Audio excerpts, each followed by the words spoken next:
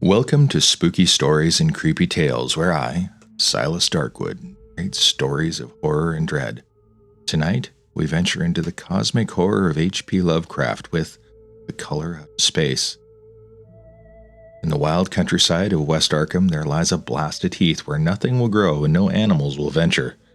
The locals speak in hushed whispers of what fell from the stars decades ago, of a color that shouldn't exist, and of the Gardner family who lived too close to where it landed. This is H.P. Lovecraft at his finest, a tale of slow creeping doom and an alien horror beyond human comprehension. Dim the lights, pull up your blanket, and prepare yourself for a journey to the strange and unknowable. West of Arkham, the hills rise wild, and there are valleys with deep woods that no axe has ever cut. There are dark, narrow glens where the trees slope fantastically and where thin brooklets trickle without ever having caught the glint of sunlight. On the gentler slopes there are farms, ancient and rocky, with squat, moss-covered cottages brooding eternally over old New England secrets in the lee of great ledges. But these are all vacant now, the wide chimneys crumbling and the shingled sides bulging perilously beneath low gambrel roofs. The old folk have gone away, and foreigners do not like to live there. French Canadians have tried it, Italians have tried it, and the Poles have come and departed. It is not because of anything that can be seen or heard or handled, but because of something that is imagined. The place is not good for the imagination, and does not bring restful dreams at night. It must be this which keeps the foreigners away, for old Ammi Pierce has never told them of anything he recalls from the strange days. Ammi, whose head has been a little queer for years, is the only one who still remains, or who ever talks about the strange days. And he dares to do this because his house is so near the open fields and the traveled roads around Arkham. There was once a road over the hills and through the valleys that ran straight where the blasted heath is now, but people ceased to use it and a new road was laid curving far toward the south. Traces of the old one can still be found amidst the weeds of a returning wilderness, and some of them will doubtless linger even when half the hollows are flooded for the new reservoir. Then the dark woods will be cut down and the blasted heath will slumber far below the blue waters whose surface will mirror the sky and ripple in the sun, and the secrets of the strange days will be one with the deep secrets, one with the hidden lore of the old ocean, and all the mystery of the primal earth. When I went into the hills and vales to survey for the new reservoir, they told me the place was evil. They told me this in Arkham. Because this is a very old town full of witch legends, I thought the evils must be something which grandmas had whispered to children through centuries. The name Blasted Heath seemed to me very odd and theatrical, and I wondered how it had come to the folklore of the Puritan people. Then I saw that dark westward tangle of glens and slopes for myself and ceased to wonder at anything beside its own elder mystery. It was morning when I saw it, but shadows lurked always there. The trees grew too thickly, and their trunks were far too big for any healthy New England wood. There was too much silence in the dim alleys between them, and the floor was too soft with the dank moss and matters of infinite years of decay. In the open spaces, mostly along the line of the old road, there were little hillside farms, sometimes with all the buildings standing, sometimes with only one or two, and sometimes with only a lone chimney or fast-filling cellar. Weeds and briars reigned, and furtive wild things rustled in the undergrowth. Upon everything was a haze of restfulness and oppression, a touch of the unreal and the grotesque, as if some vital element of perspective, of chiaroscuro, were awry. I did not wonder what the foreigners would not say, for this was no region to sleep in. It was too much like a landscape of Salvador Rosa, too much like some forbidden woodcut in a tale of terror. But even all this was not so bad as the blasted heath. I knew it the moment I came upon it, at the bottom of a spacious valley, for no other name could fit such a thing, or any other thing fit such a name. It was as if the poet had coined the phrase from having seen this one particular region. It must, I thought as I viewed it, be the outcome of a fire. But why had nothing new ever grown over those 5 acres of gray desolation that sprawled open to the sky like a great spot eaten by acid in the woods and fields? They lay largely to the north of the ancient road line, but encroached a little on the other side. I felt an odd reluctance about approaching it, and did so, at last, only because my business took me through and past it. There was no vegetation of any kind in that broad expanse, but only a fine gray dust, or ash, which no wind ever seemed to blow about. The trees near it were sickly and stunted, and many dead trunks stood or lay rotting at the rim. As I walked hurriedly by, I saw the tumbled bricks and stones of an old chimney and cellar to my right, and the yawning black maw of an abandoned well whose stagnant vapors played strange tricks with the hues of the sunlight. Even the long, dark woodland climb beyond seemed welcome in contrast, and I marveled no more at the frightened whispers of Arkham people. There had been no house or ruin near. Even in the old days, the place must have been lonely and remote. And at twilight, dreading to repass that ominous spot, I walked circuitously back to the town by the curving road to the south.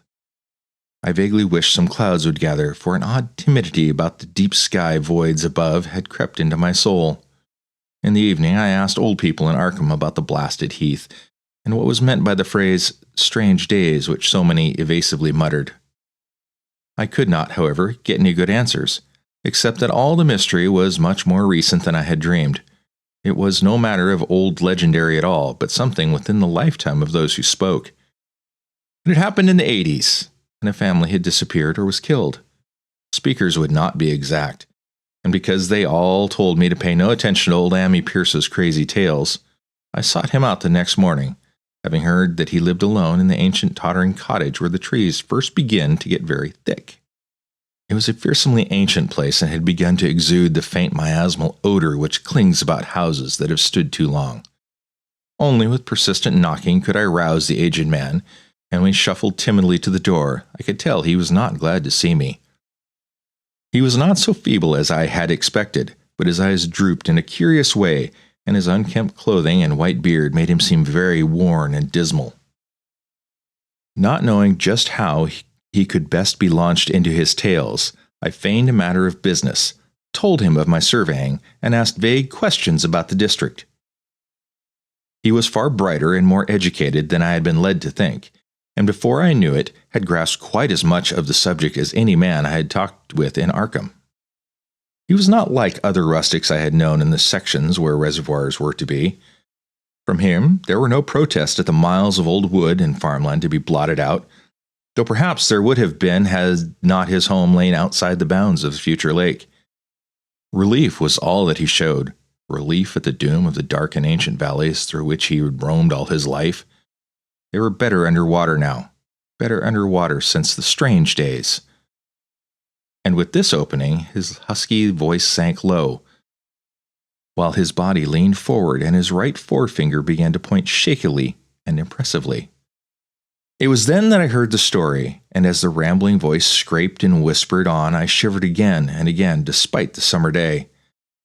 Often I had to recall the speaker from ramblings, piece out scientific points which he knew only by a fading parrot memory of professors' talk, or bridge over gaps where his sense of logic and continuity broke down. When he was done, I did not wonder that his mind had snapped a trifle, or that the folk of Arkham would not speak much of the blasted heath. I hurried back before sunset to my hotel, unwilling to have the stars come out above me in the open, and the next day returned to Boston to give up my position. I could not go into that dim chaos of old forest and slope again, or face another time that gray blasted heath where the black well yawned deep beside the tumbled bricks and stones. The reservoir will soon be built now, and all those older secrets will lie safe forever under watery fathoms. But even then, I do not believe I would like to visit that country by night, at least not when the sinister stars are out, and nothing could bribe me to drink the new city water of Arkham. It all began, old Ammi said, with the meteorite. Before that time, there had been no wild legends at all since the witch trials, and even then the western woods were not feared half so much as a small island in that Miskatonic where the devil had court beside a curious stone altar older than the Indians. These were not haunted woods, and their fantastic dusk was never terrible till the strange days. Then there had come that white noontide cloud, that string of explosions in the air, and that pillar of smoke from the valley far in the wood. And by night, all Arkham had heard of the great rock that fell out of the sky and bedded itself in the ground beside the well at the Nahum Gardner place. That was the house which had stood where the blasted heath was to come. The trim white Nahum Gardner house amidst its fertile gardens and orchards. Nahum had come to town to tell people about the stone, and had dropped it at Amy's Pierce's on the way. Amy was 40 then, and all the queer things were fixed very strongly in his mind. He and his wife had gone with the 3 professors from Miskatonic University who had hastened out the next morning to see the weird visitor from unknown stellar space, and had wondered why Nahum had called it so large the day before. It had shrunk, Nahum said as he pointed out the big brownish mound above the ripped earth and charred grass near the archaic well sweep in his front yard. But the wise man answered that stones do not shrink. Its heat lingered persistently, and Nahum declared it had glowed faintly in the night. The professors tried it with the geologist's hammer and found it oddly soft. It was, in truth, so soft as to almost be plastic, and they gouged rather than chipped a specimen to take back to the college for testing. They took it in an old pail borrowed from Nahum's kitchen, where even the small piece refused to grow cool. On the trip back, they stopped at Amy's to rest, and seemed thoughtful when Mrs. Pierce remarked that the fragment was growing smaller and burning the bottom of the pail. Truly, it was not large, but perhaps they had taken less than they thought. The day after that, all this was in June of '82, the professors had trooped out again in great excitement. As they passed Amy's, they told him what queer things a specimen had done, and how it had faded wholly away when they put it in a glass beaker. The beaker had gone too, and the wise men talked of the strange stone's affinity for silicon.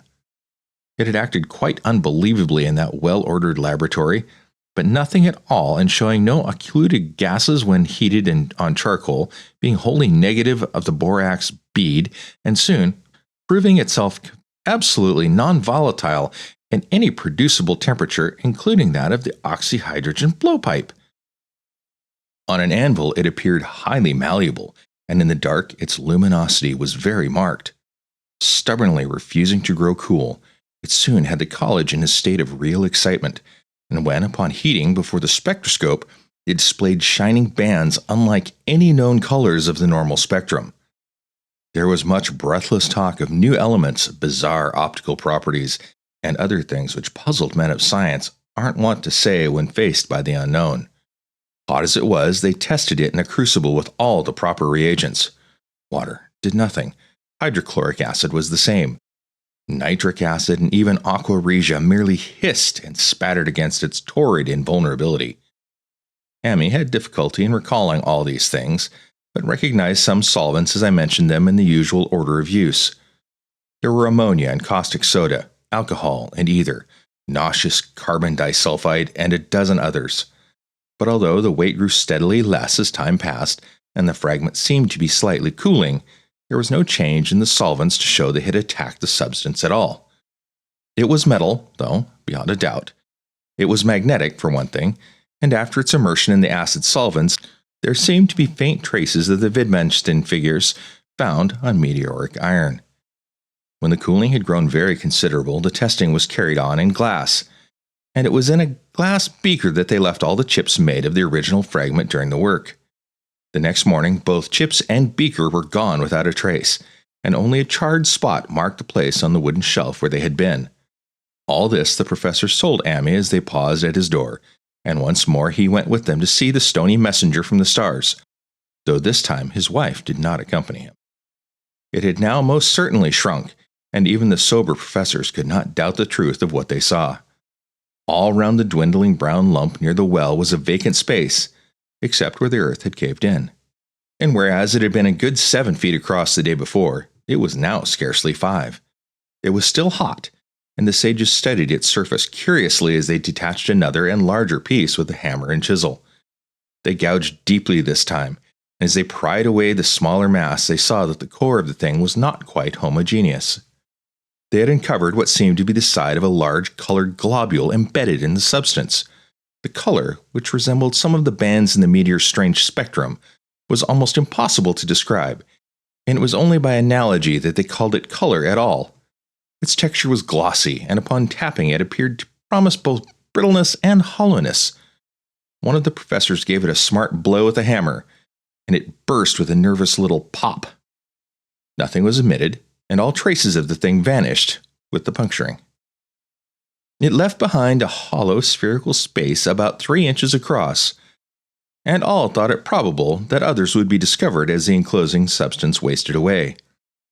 Conjecture was vain, so after a futile attempt to find additional globules by drilling, the seekers left again with their new specimen, which proved, however, as baffling in the laboratory as its predecessor. Aside from being almost plastic, having heat, magnetism, and slight luminosity, cooling slightly in powerful acids, possessing an unknown spectrum, wasting away in air, and attacking silicone compounds with mutual destruction as a result, it presented no identifying features whatsoever. And at the end of the test, the college scientists were forced to own that they could not place it. It was nothing of this earth, but a piece of the great outside, and, as such, dowered with outside properties and obedient to outside laws. That night there was a thunderstorm, and when the professors went out to Nahum's the next day, they met with a bitter disappointment. The stone, magnetic as it had been, must have had some peculiar electrical property, for it had drawn the lightning, as Nahum said, with singular persistence. 6 times within an hour the farmer saw the lightning strike the furrow in the front yard, and when the storm was over, nothing remained but a ragged pit by the ancient well sweep, half chalked with caved-in earth. Digging had borne no fruit, and the scientists verified the fact of the utter vanishment. The failure was total, so that nothing was left to do but to go back to the laboratory and test again the disappearing fragment left carefully cased in lead. That fragment lasted a week, at the end of which nothing of value had been learned of it. When it was gone, no residue was left behind, and in time the professors felt scarcely sure that they had indeed seen with waking eyes that cryptic vestige of the fathomless gulfs outside, that lone weird message from other universes and other realms of matter, force, and entity. As was natural, the Arkham papers made much of the incident with its collegiate sponsoring, and sent reporters to talk with Nahum Gardner and his family. At least one Boston daily also sent a scribe, and Nahum quickly became a kind of local celebrity. He was a lean, genial person of about 50, living with his wife and 3 sons on a pleasant farmstead in the valley. He and Amy exchanged visits frequently, as did their wives, and Amy had nothing but praise for him after all these years. He seemed slightly proud of the notice his place had attracted, and talked often of the meteorite in the succeeding weeks. That July and August were hot, and Nahum worked hard at his haying in the 10-acre pasture across Chapman's Brook, his rattling, wane-wearing deep ruts in the shadowy lanes between. The labor tired him more than it had in other years, and he felt that age was beginning to tell on him. Then fell the time of fruit and harvest. The pears and apples slowly ripened, and Nahum vowed that his orchards were prospering as never before. The fruit was growing to phenomenal size and unwonted gloss, and in such abundance that extra barrels were ordered to handle the future crop. But with the ripening came sore disappointment, for of all that gorgeous array of specious lusciousness, not one single jot was fit to eat. Into the fine flavor of the pears and apples had crept a stealthy bitterness or sickishness, so that even the smallest of the bites induced a lasting disgust. It was the same with the melons and tomatoes, and Nahum sadly saw that his entire crop was lost. Quick to connect events, he declared that the meteorite had poisoned the soil, and thanked heaven that most of the other crops were in the upland lot along the road. Winter came early, and was very cold. Amy saw Nahum less often than usual, and observed that he had begun to look worried. The rest of his family, too, seemed to have grown taciturn, and were far from steady in their church-going or their attendance at the various social events of the countryside. For this reserve or melancholy no cause could be found, though all the household confessed now and then to poorer health and a feeling of vague disquiet. Nahum himself gave the most definite statement of anyone when he said he was disturbed about certain footprints in the snow. They were the usual winter prints of red squirrels, white rabbits, and foxes, but the brooding farmer professed to see something not quite right about their nature and arrangement. He was never specific, but appeared to think that they were not as characteristic of the anatomy and habits of squirrels and rabbits and foxes as they ought to be. Amy listened without interest to this talk until one night, when he drove past Nahum's house in his sleigh on the way back from Clark's Corners. There had been a moon, and a rabbit had run across the road, and the leaps of the rabbit were longer than either Emmy or his horse liked. The latter, indeed, had almost run away when brought up by a firm rein. Thereafter, Emmy gave Nahum's tales more respect, and wondered why the Gardner dogs seemed so cowed and quivering every morning.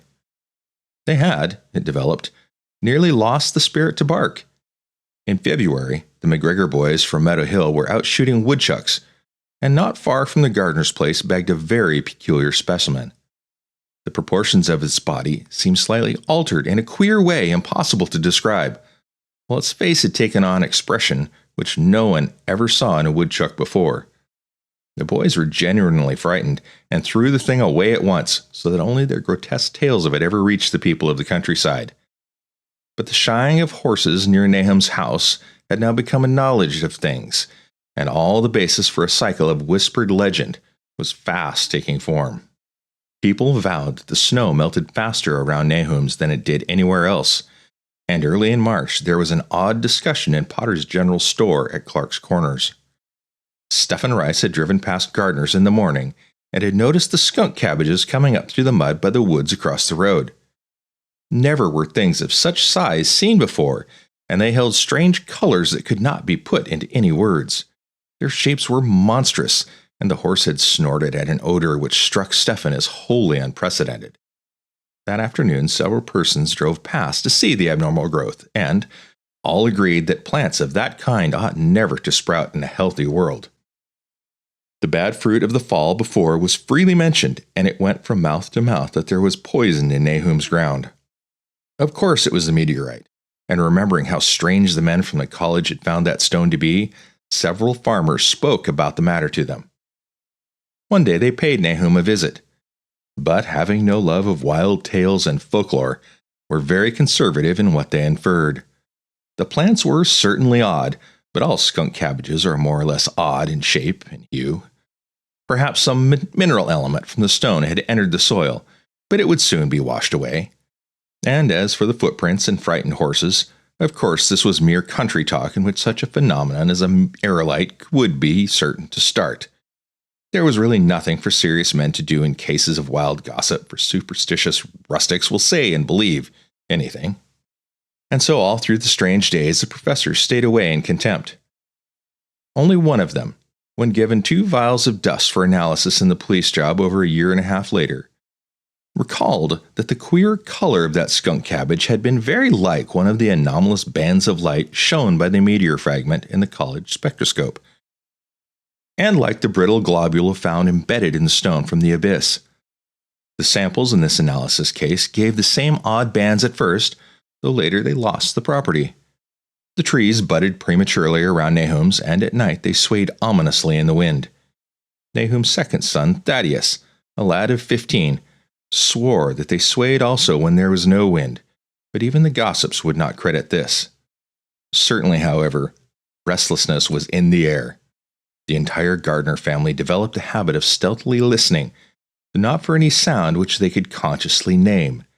The listening was, indeed, rather a product of moments when consciousness seemed half to slip away.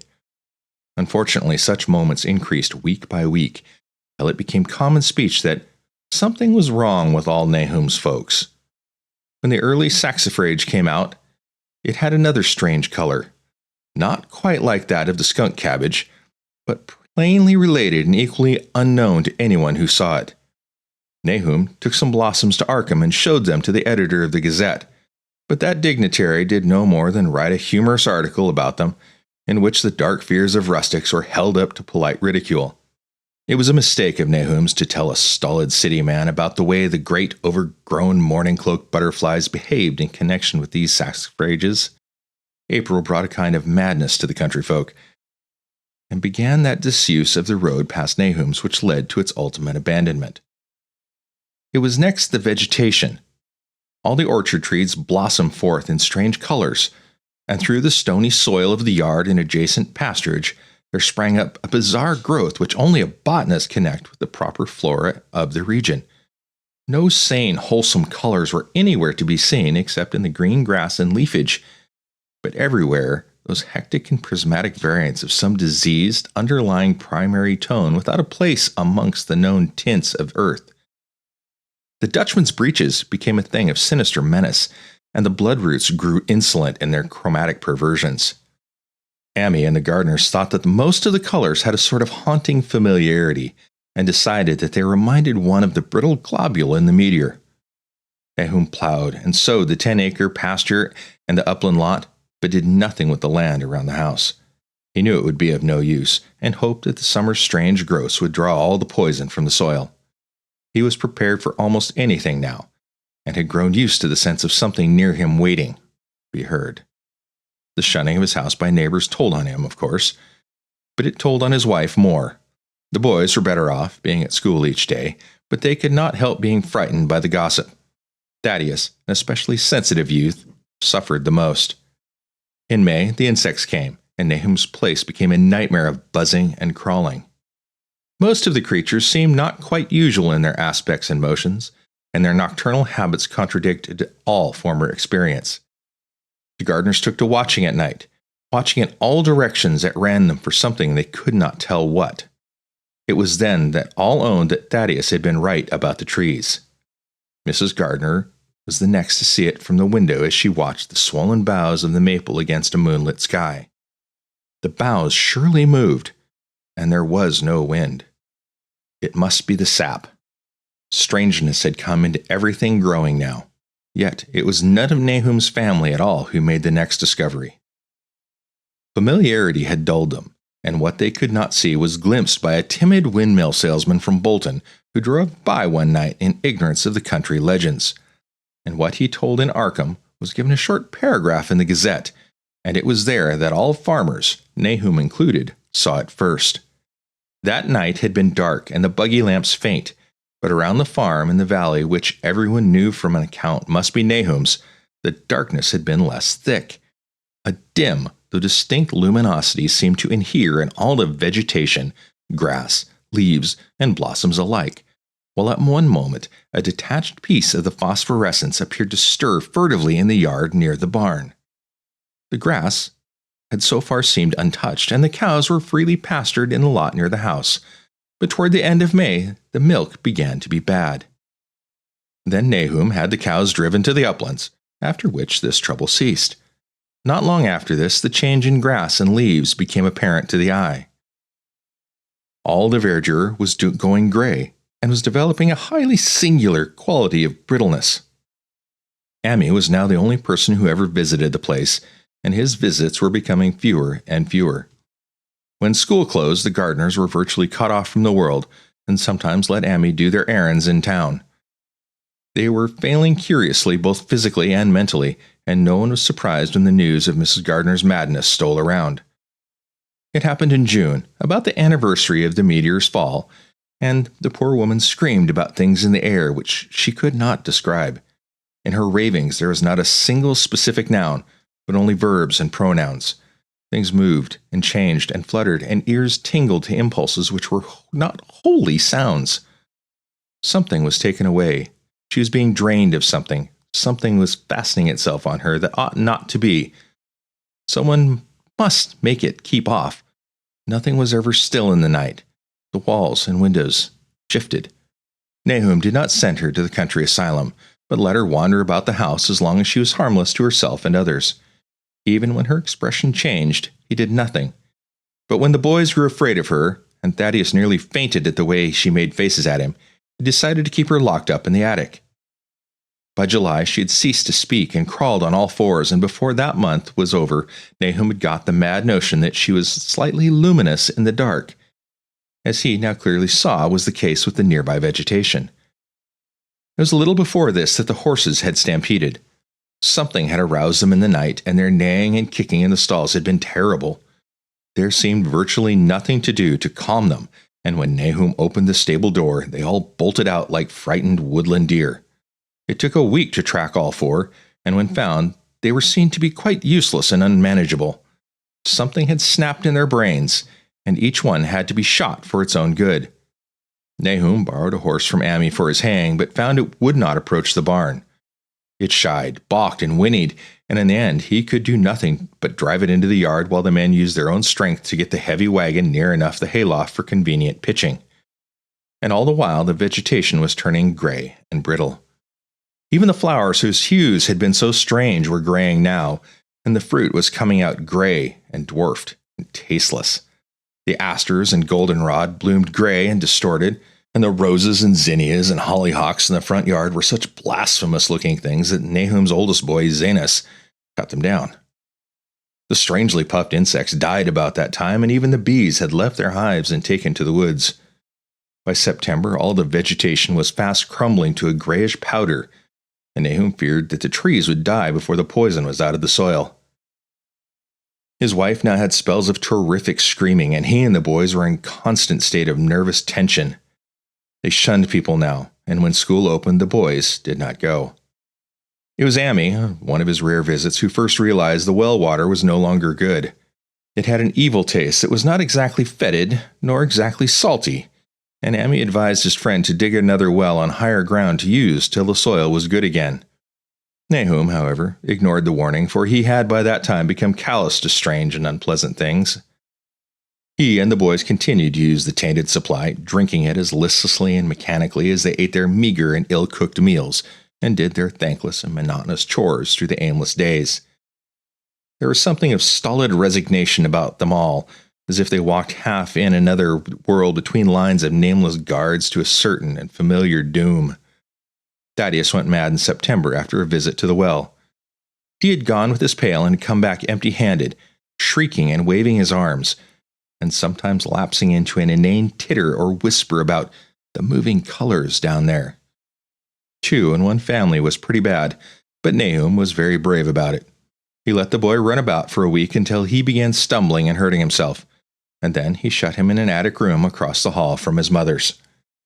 The way they screamed at each other from behind their locked doors was very terrible, especially to little Merwin, who fancied they talked in some terrible language that was not of earth. Merwin was getting frightfully imaginative, and his restlessness was worse after the shutting away of the brother who had been his greatest playmate. Almost at the same time, the mortality among the livestock commenced. Poultry turned grayish and died very quickly, their meat being found dry and noisome upon cutting. Hogs grew inordinately fat, then suddenly began to undergo loathsome changes which no one could explain. Their meat was of course useless, and Nahum was at his wits' end. No rural veterinary would approach his place, and the city veterinary from Arkham was openly baffled. The swine began growing gray and brittle and falling to pieces before they died, and their eyes and muzzles developed singular alterations. It was very inexplicable, for they had never been fed from the tainted vegetation. Then something struck the cows. Certain areas, or sometimes the whole body, would be uncannily shriveled or compressed, and atrocious collapses or disintegrations were common. In the last stages, and death was always the result, there would be a graying and turning brittle like that which beset the hogs. There could be no question of poison, for all the cases occurred in a locked and undisturbed barn. No bites of prowling things could have brought the virus, for what live beast of earth can pass through solid obstacles? It must be only natural disease, yet what disease could wreak such results was beyond any mind's guessing. When the harvest came, there was not an animal surviving on the place, for the stock and poultry were dead, and the dogs had run away. These dogs, 3 in number, had all vanished one night, and were never heard of again. The 5 cats had left some time before, but their going was scarcely noticed, since they now seemed to be no mice, and only Mrs. Gardner had made pets of their graceful felines. On the 19th of October, Nahum staggered into Amy's house with hideous news. The death had come to poor Thaddeus in his attic room, and it had come in a way which could not be told. Nahum had dug a grave in the railed family plot behind the farm, and put therein what he found. There could have been nothing from outside, for the small barred window and locked door were intact. But it was much as it had been in the barn. Amy and his wife consoled the stricken man as best they could, but shuddered as they did so. Stark terror seemed to cling round the Gardners and all they touched, and the very presence of one in the house was breath from regions unnamed and unnamable. Amy accompanied Nahum home with the greatest reluctance, and did what he might to calm the hysterical sobbing of little Merwin. Zanus need no calming. He had come of late to do nothing but stare into space and obey what his father told him, and Hemi thought that his fate was very merciful. Now and then, Merwin's screams were answered faintly from the attic, and in response to an inquiring look, Nahum said that his wife was getting very feeble. When night approached, Ami managed to get away, for not even friendship could make him stay in that spot where the faint glow of the vegetation began, and the trees may or may not have swayed without wind. It was really lucky for Ami that he was not more imaginative. Even as things were, his mind was bent ever so slightly, but had he been able to connect and reflect upon all the portents around him, he must inevitably have turned a total maniac. In the twilight, he hastened home, the screams of the mad woman and the nervous child ringing horrible in his ears. 3 days later, Nahum burst into Ami's kitchen in the early morning, and, in the absence of his host, stammered out a desperate tale at once more, while Miss Pierce listened in a clutching fright. It was little Merwin this time. He was gone. He had gone out late at night with the lantern and a pail for water, but had never come back. He had been going to pieces for days and hardly knew what he was about. Screamed at everything. There had been a frantic shriek from the yard then, but before the father could get to the door, the boy was gone. There was no glow from the lantern he had taken, and the child himself, no trace. At the time, Nahum thought the lantern and pail were gone too, but when dawn came, and the man plodded back from his all-night search of woods and fields, he had found some various curious things near the well. There was a crushed and apparently somewhat melted mass of iron which had certainly been the lantern, while a bent pail and twisted iron hoops beside it, both half fused, seemed to hint at remnants of the pail. That was all. Nahum was past imagining. Mrs. Pierce was blank, and Ami, when he reached home and heard the tale, could give no guess. Merwin was gone, and there would be no use in telling the people around who shunned all Gardners now. No use, either, in telling the city people of Arkham who laughed at everything. Thad was gone, and now Merwin was gone. Something was creeping, and waiting to be seen and heard. Nahum would go soon, and he wanted Ami to look after his wife and Zanus if they survived him. It must all be a judgment of some sort, though he could not fancy what for, since he had always walked uprightly in the Lord's ways, so far as he knew. For over 2 weeks Ami saw nothing of Nahum, and then, worried about what might have happened, he overcame his fears and paid the Gardner place a visit. There was no smoke from the great chimney, and for a moment the visitor was apprehensive of the worst. The aspect of the whole farm was shocking. Grayish, withered grass and leaves on the ground, vines falling and brittle wreckage from archaic walls and gables, and great bare trees clawing up at the gray November sky with a studied malevolence which Ami could not but feel had come from the subtle change in the tilt of the branches. But Nahum was alive after all. He was weak and lying in a couch in the low-ceilinged kitchen, but perfectly conscious and able to give simple orders to Zanus. The room was deadly cold, and Ami visibly shivered. The host shouted huskily to Zanus for more wood. Wood, indeed, was sorely needed, since the cavernous fireplace was unlit and empty, with a cloud of soot blowing about in the chill wind that came down the chimney. Presently Nahum asked him if the extra wood would have made him any more comfortable, and then Ami saw what had happened. The stoutest cord had broken at last, and the hapless farmer's mind was proof against more sorrow. Questioningly tactful, Ami could get no clear data at all about the missing Zanus. "In the well. He lives in the well," was all that the clouded father would say. Then there flashed across the visitor's mind a sudden thought of the mad wife, and he changed his line of inquiry. "Nabby." "Here she is," was the surprised response of the poor Nahum, and Ami soon saw that he must search for himself. Leaving the harmless babbler on the couch, he took the keys from the nail beside the door and climbed the creaking stairs to the attic. It was very close and noisome up there, and no sound could be heard from any direction.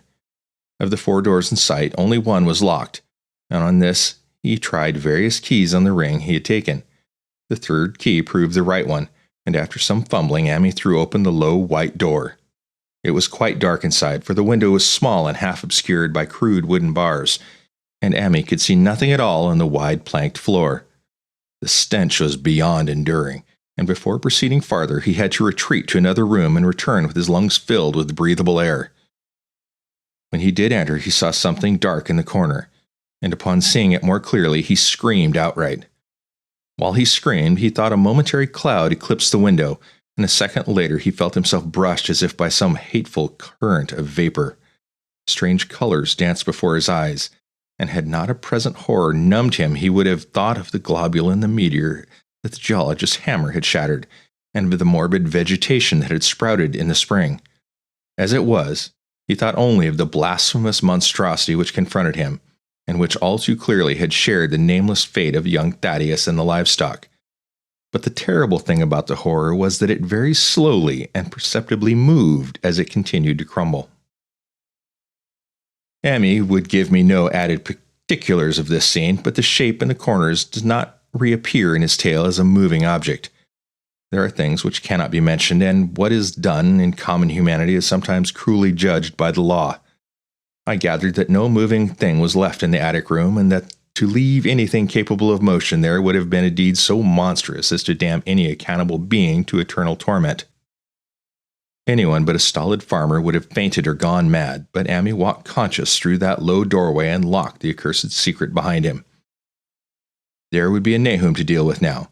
He must be fed and tended and removed to some place where he could be cared for. Commencing his descent of the dark stairs, Amy heard a thud below him.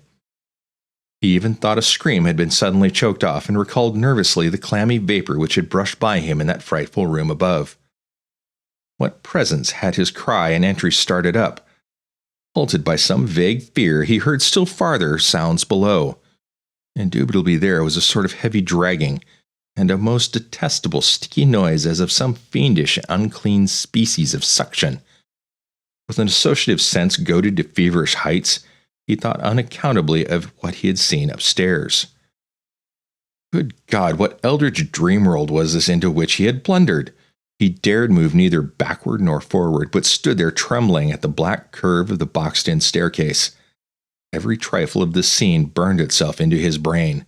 The sounds, the sense of dread expectancy, the darkness, the steepness of the narrow steps, and merciful heaven, the faint but unmistakable luminosity of all the woodwork in sight, steps, sides, exposed laths, and beams alike.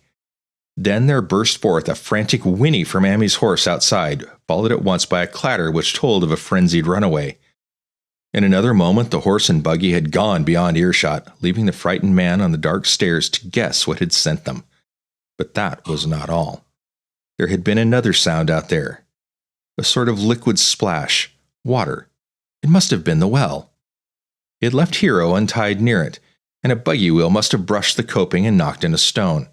And still the pale phosphorescence glowed in that detestably ancient woodwork. God, how old the house was! Most of it built before 1700. A feeble scratching on the floor downstairs now sounded distinctly, and Amy's grip tightened on a heavy stick he had picked up in the attic for some purpose. Slowly nerving himself, he finished his descent and walked boldly toward the kitchen. But he did not complete the walk, because what he sought was no longer there. It had come to meet him, and it was still alive after a fashion. Whether it had crawled or whether it had been dragged by any external forces, Amy could not say, but the death had been at it. Everything had happened in the last half hour, but collapse, graying, and disintegration were already far advanced. There was a horrible brittleness, and dry fragments were scaling off. Amy could not touch it, but looked horrifiedly into the distorted parody that had been a face. What was it? Nahum, what was it? He whispered at the cleft, bulging lips that were just able to crack out a final answer. Nothing. The color. It burns. Cold and wet, but it burns. It lived in the well. I seen it. Kind of smoke, just like the flowers last spring. The well shone at night. Dad and Merwin and Zenas, everything alive, sucking the life out of everything. And that stone, it must have come in that stone. Has in the whole place. Don't know what it wants. That round thing them men from the college dug out of the stone, they smashed it. It was the same color, just the same, like the flower and plants. Must have been more of 'em. Seeds. It growed. I seen it first time this week. Must have got strong on Zenas. He was a big boy, full of life. It beats down your mind, and it gets you, burns you up. And the well water. You was right about that. Evil water. Zenas never came back from the well. Can't get away. Draws you.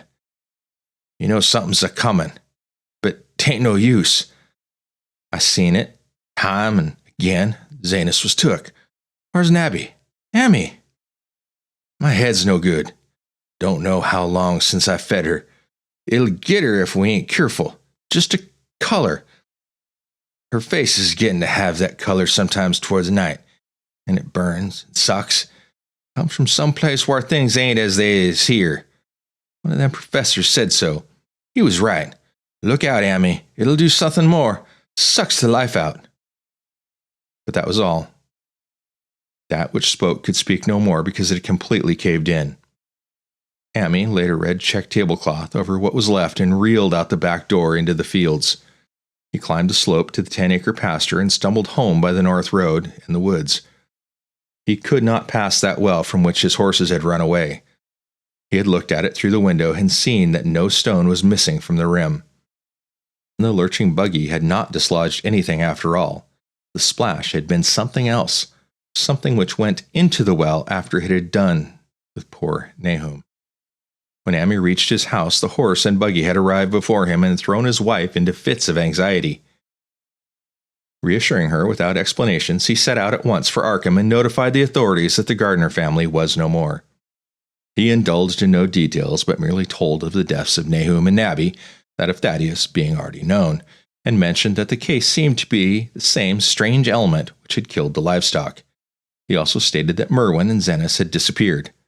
There was considerable questioning at the police station, and in the end, Ammy was compelled to take 3 officers to the Gardner farm, together with the coroner, the medical examiner, and the veterinary who had treated the diseased animals. He went much against his will, for the afternoon was advancing, and he feared the fall of night over the accursed place, but it was some comfort to have so many people with him. The 6 men drove out in a Democrat wagon following Ammy's buggy and arrived at the pest-ridden farmhouse about 4 o'clock. Used as the officers were to gruesome experiences, not one remained unmoved at what they found in the attic and under the red checkered tablecloth on the floor below. The whole aspect of the farm with its gray desolation was terrible enough, but those 2 crumbling objects were beyond all bounds.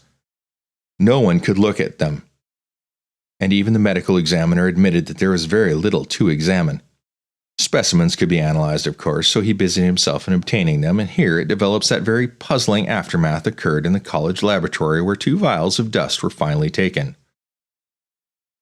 Under the spectroscope, both samples gave off an unknown spectrum in which many of the baffling bands were precisely like those which a strange meteor had yielded in the previous year. The property of emitting this spectrum vanished in a month, and the dust thereafter consisting mainly of alkaline phosphates and carbonates. Ammy would not have told the men about the well if he had thought they meant to do anything about it then and there. It was getting toward sunset, and he was anxious to be away, but he could not help glancing nervously at the stony curb by the great sweep, and when a detective questioned him, he admitted that Nahum had feared something down there, so much so that he had never even thought of searching it for Merwin or Zenas. After that, nothing would do but that they empty and explore the well immediately, so Ammy had to wait trembling while pail after pail of rank water was hauled up and splashed on the soaking ground outside. The men sniffed in disgust at the fluid and toward the last held their noses against the fetor they were uncovering. It was not so long as a job as they had feared it would be, since their water was phenomenally low. There is no need to speak too exactly of what they found. Merwin and Zenas were both there, in part, though the vestiges were mainly skeletal. There were also a small deer and a large dog in about the same state, and a number of bones of smaller animals. The slime and ooze at the bottom seemed inexplicably porous and bubbling, and a man who descended on handholds with a long pole found that he could sink the wooden shaft to any depth in the mud of the floor without meeting any solid obstruction. Twilight had now fallen, and lanterns were brought from the house. Then, when it was seen that nothing further could be gained from the well, everyone went indoors and conferred in the ancient sitting room while the intermittent light of the spectral half-moon played wanly across the gray desolation outside. The men were frankly nonplussed by the entire case and could find no convincing common element to link the strange vegetable conditions, the unknown disease of livestock and humans, and the unaccountable deaths from Merwin and Zenos in the tainted well. They had heard the common country talk, it is true, but they could not believe that anything contrary to natural law had occurred. No doubt the meteor had poisoned the soil, but the illness of person and animals who had eaten nothing grown in that soil was another matter. Was it the well water? Very possibly. It might be a good idea to analyze it. But what peculiar madness could have made both boys jump into the well? Their deeds were so similar, and the fragments showed that they had both suffered from the gray, brittle death. Why was everything so gray and brittle? It was the coroner, seated near the window overlooking the yard, who first noticed the glow about the well. Night had fully set in, and all the abhorrent ground seemed faintly luminous with more than the fitful moonbeams. But this new glow was something definite and distinct, and appeared to shoot up from the black pit like a softened ray from a searchlight, giving dull reflections in the little ground pools where the water had been emptied. It was a very queer color, and as all the men clustered round the window, Amy gave a violent start. For this strange beam of ghastly miasma was to him of no unfamiliar hue. He had seen that color before, and feared to think what it might mean. He had seen it in the nasty, brittle globule in that aerolite 2 summers ago, and had seen it in the crazy vegetation of the springtime, and had thought he had seen it for an instant that very morning against the small barred window of that terrible attic room where nameless things had happened. It had flashed there for a second, and a clammy, hateful current of vapor had brushed past him, and then poor Nahum had been taken by something of that color. He had said so at the last, said it was like the globule and the plants. After that had come the runaway in the yard and the splash into the well, and now that well was belching forth into the night a pale, insidious beam of the same demoniac tint. It does credit to the alertness of Amy's mind that he puzzled even at that tense moment over a point which is essentially scientific. He could not but wonder at his gleaning of the same impression from a vapor glimpsed in the daytime against a window opening in the morning sky, and from a nocturnal exhalation seen as a phosphorescent mist against the black and blasted landscape. It wasn't right. It was against nature, and he thought of those terrible last words of his stricken friend. It came from some place where things ain't as they is here. One of them professors said so. All 3 horses outside, tied to a pair of shriveled saplings by the road, were now neighing and pawing frantically. The wagon driver started for the door to do something, but Amy laid a shaky hand on his shoulder. "Don't go out there," he whispered. "There's more to this nor we know. Nahum said something lived in that well that sucks your life out. He said it must be something that growed from a round ball like the one that we seen in the meteor stone that fell a year ago June. Sucks and burns, he said, and is just a cloud of color like that light out there now, that ye can hardly see and can't tell what it is. Nahum thought it feeds on everything living and gets stronger all the time. He said he seen it this last week. It must be something from far away off in the sky like them men from the college last year says the meteor stone was. The way it's made and the way it works ain't like no way of God's world. It's something from beyond." The men paused indecisively as the light from the well grew stronger, and the hitched horses pawed and whinnied in increasing frenzy. It was truly an awful moment. The terror in that ancient and accursed house itself, 4 monstrous sets of fragments, 2 from the house and 2 from the well and the woodshed behind, and that shaft of unknown and unholy iridescence from the slimy depths in front. Amy had restrained the driver on impulse, forgetting how uninjured he himself was after the clumsy brushing of that colored vapor in the attic room. But perhaps it is just as well that he acted as he did. No one will ever know what was abroad that night, and though the blasphemy from beyond had not so far hurt any human of unweakened mind, there is no telling what it might not have done at that last moment, and with its seemingly increased strength and the special signs of purpose it was soon to display beneath the half-clouded moonlit sky. All at once, one of the detectives at the window gave a short, sharp gasp. The others looked at him, and then quickly followed his gaze upward to the point at which its idle straying had been suddenly arrested. There was no need for words.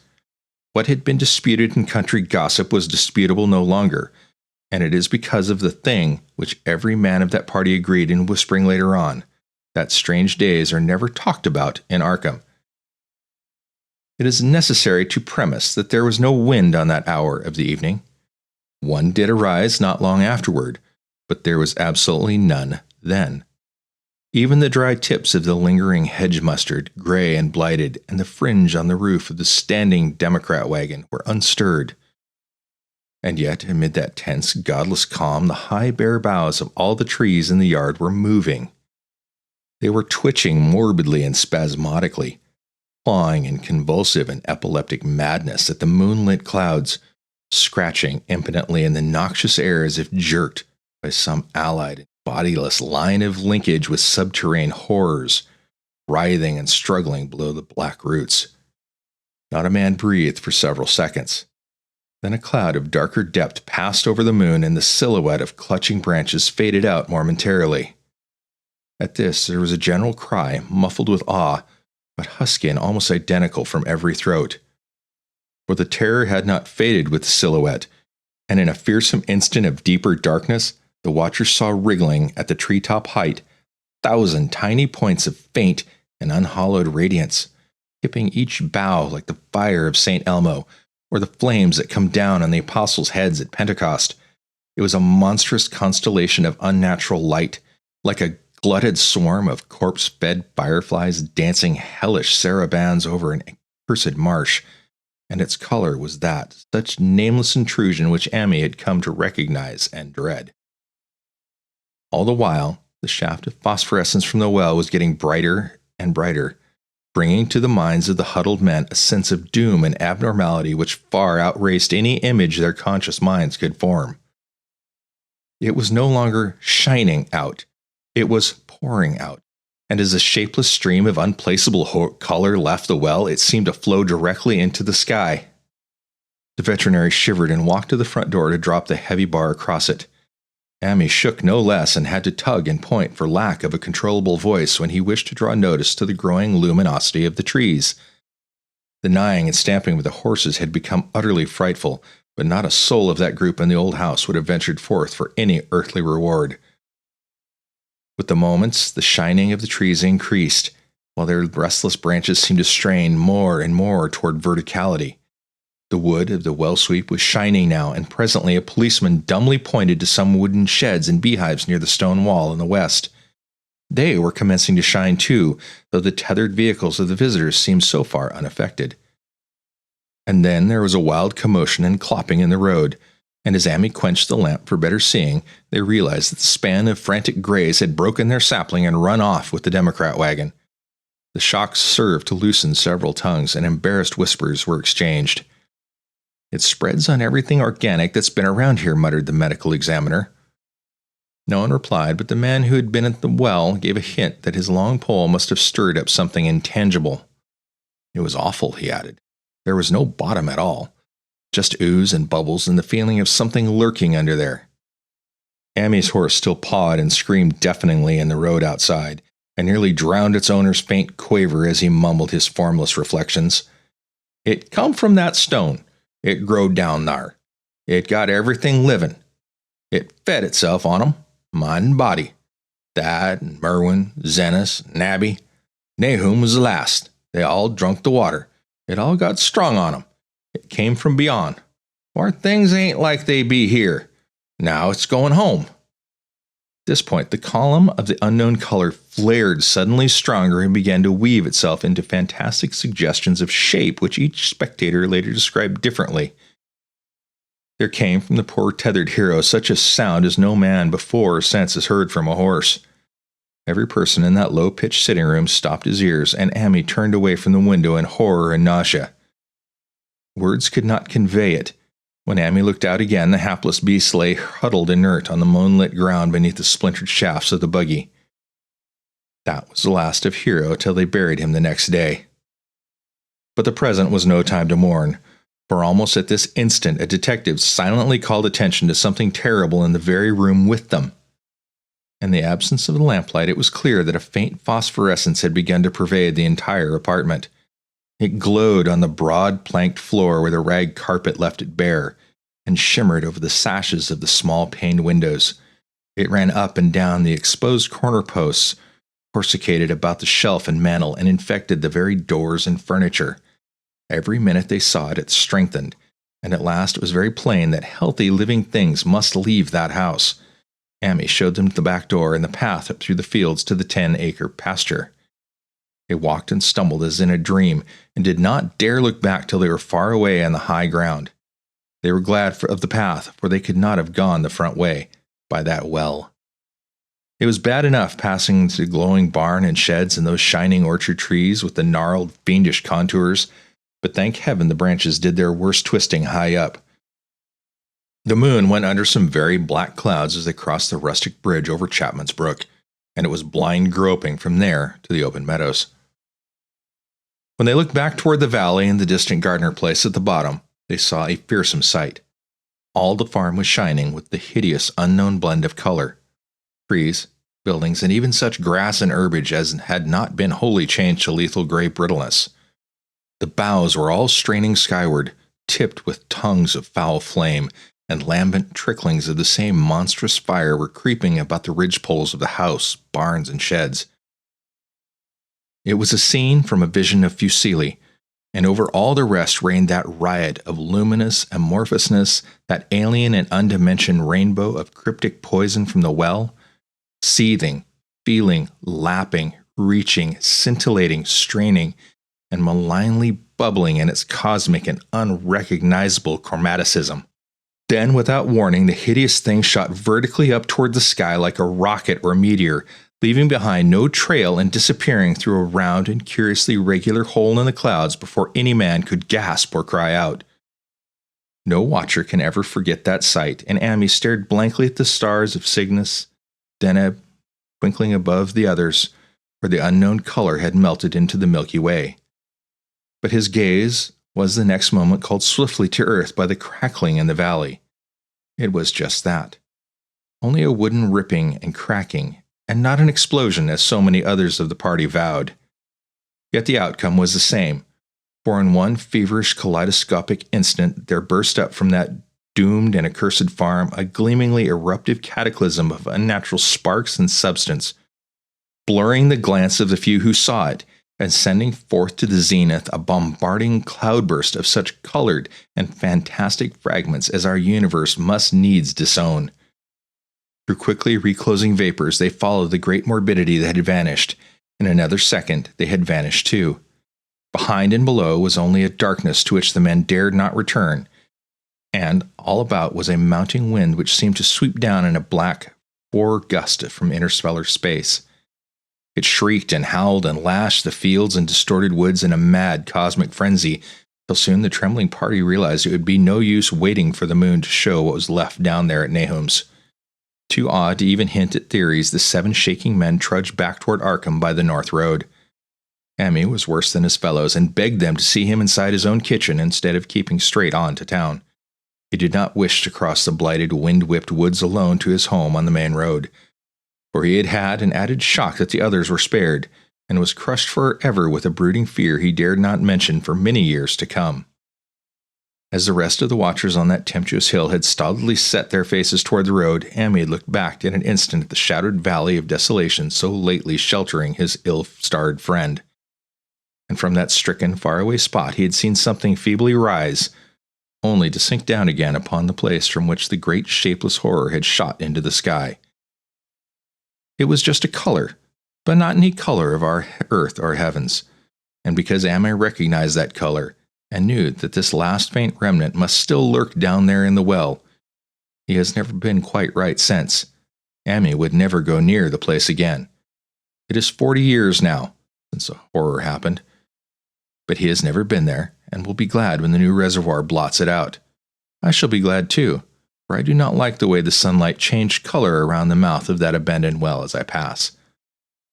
I hope the water will always be very deep, but even so, I shall never drink it. I do not think I shall visit the Arkham County hereafter. 3 of the men who had been with Amy returned the next morning to see the ruins by daylight, but there were really not any real ruins. Only the bricks of the chimney, the stones of the cellar, some mineral and metallic litter here and there, and the rim of that nefandous well. Save for Amy's dead horse, which they towed away and buried, and the buggy which they shortly returned to him, everything that had ever been living there had gone. 5 eldritch acres of dusty gray desert remained, nor has there anything ever grown there since. To this day, it sprawls open to the sky like a great spot eaten by acid in the woods and fields, and the few who have ever dared glimpse it in spite of the rural tales have named it the Blasted Heath. The rural tales are queer. They might be even queerer if the city man and college chemist could be interested enough to analyze the water from that disused well, or the gray dust that no wind seems ever to disperse. Botanists, too, ought to study the stunted flora on the borders of that spot, or they might shed light on the country notion that the blight is spreading, little by little, perhaps an inch a year. We'll say the color of the neighboring herbage is not quite right in the spring, and that wild things leave queer prints in the light winter snow. Snow never seems quite so heavy on the Blasted Heath as it is elsewhere. Horses, the few that are left in this motor age, grow skittish in the silent valley, and hunters cannot depend on their dogs too near the splotch of grayish dust. They say the mental influences are very bad, too. Numbers went queer in the years after Nahum's taking, and always they lacked the power to get away. Then the stronger-minded folk all left the region, and only the foreigners tried to live in the crumbling old homesteads. They could not stay long, though, and one sometimes wonder what insight beyond ours their wild, weird stories of whispered magic have given them. Their dreams at night, they protest, are very horrible in the grotesque country, and surely the very look of the dark realm is enough to stir morbid fancy. No traveler has ever escaped a sense of strangeness in those deep ravines, and artists shiver as they paint thick woods whose mystery is as much of the spirits as of the eye. I myself am curious about the sensation I derived from my one lone walk before Amy told me his tale. When twilight came, I had vaguely wished some clouds would gather, for the odd timidity about the deep skyey voids above had crept into my soul. Do not ask me for my opinion. I do not know. That is all. There was no one but Amy to question, for Arkham people will not talk about the strange days, and all 3 professors who saw the area light and its colored globule are dead. There are other globules. Depend upon that. One must have fed itself and escaped, and probably there was another, which was too late. No doubt it is still down the well. I know there was something wrong with that sunlight I saw above the miasmal brink. The rustics say the blight creeps an inch a year, so perhaps there is a kind of growth or nourishment even now. But whatever demon hatchling is there, it must be tethered to something, or else it would quickly spread. Is it fastened to the roots of those trees that claw the air? One of the current Arkham tales is about fat oaks that shine and move as they ought not to do at night. What it is, only God knows. In terms of matter, I suppose the thing Amy described would be called a gas, but this gas obeyed laws that are not of our cosmos. This was no fruit of such worlds and suns as shine on the telescopes and photographic plates of our observatories. This was no breath from the skies whose motions and dimensions our astronomers measure or deem too vast to measure. It was just a color out of space, a frightful messenger from unformed realms of infinity beyond all nature as we know it, from realms whose mere existence stuns the brain and numbs us with black extracosmic gulfs it throws open before our frenzied eyes. I doubt very much if Amy consciously lied to me, and you do not think his tale was all a freak of madness as the townsfolk had forewarned. Something terrible came to the hills and valleys on that meteor, and something terrible, though I know not in what proportion, still remains. I shall be glad to see the water come. Meanwhile, I hope nothing will happen to Amy. He saw so much of the thing, and its influence was so insidious. Why he has never been able to move away? How clearly he recalled those dying words of Nahum's. Can't get away. Draws ya. You know something's a-comin', but 'tain't no use. Such a good old man. When the reservoir gang gets to work, I must write the chief engineer to keep a sharp watch on him. I would hate to think of him as the gray, twisted, brittle monstrosity which persists more and more in troubling my sleep. Well, dear listener, that peculiar color has faded back into the cosmos, but its effects linger still on that cursed heath. What did you make of Lovecraft's vision of alien horror, where Something so foreign to our reality that it defies description? Did the slow unraveling of the Gardner family unsettle you as much as any sudden fright could? If that story sent shivers down your spine, hit that like button, drop a comment below, and let me know what you thought of the story. While you're here, don't forget to subscribe and click the notification bell so you never miss a new story, because I drop new videos every Wednesday and Friday. Have you got a terrifying story of your own that you'd like me to consider reading? Send them in to stories@silasdarkwood.com. If you've enjoyed this and want to support more spine-tingling content, consider donating through my Ko-fi. This channel is primarily listener-funded, and I thank all of you who support this show. All links are, of course, in the show notes. Until next time, dear listeners, stay spooky, and I'll be haunting your feet again soon.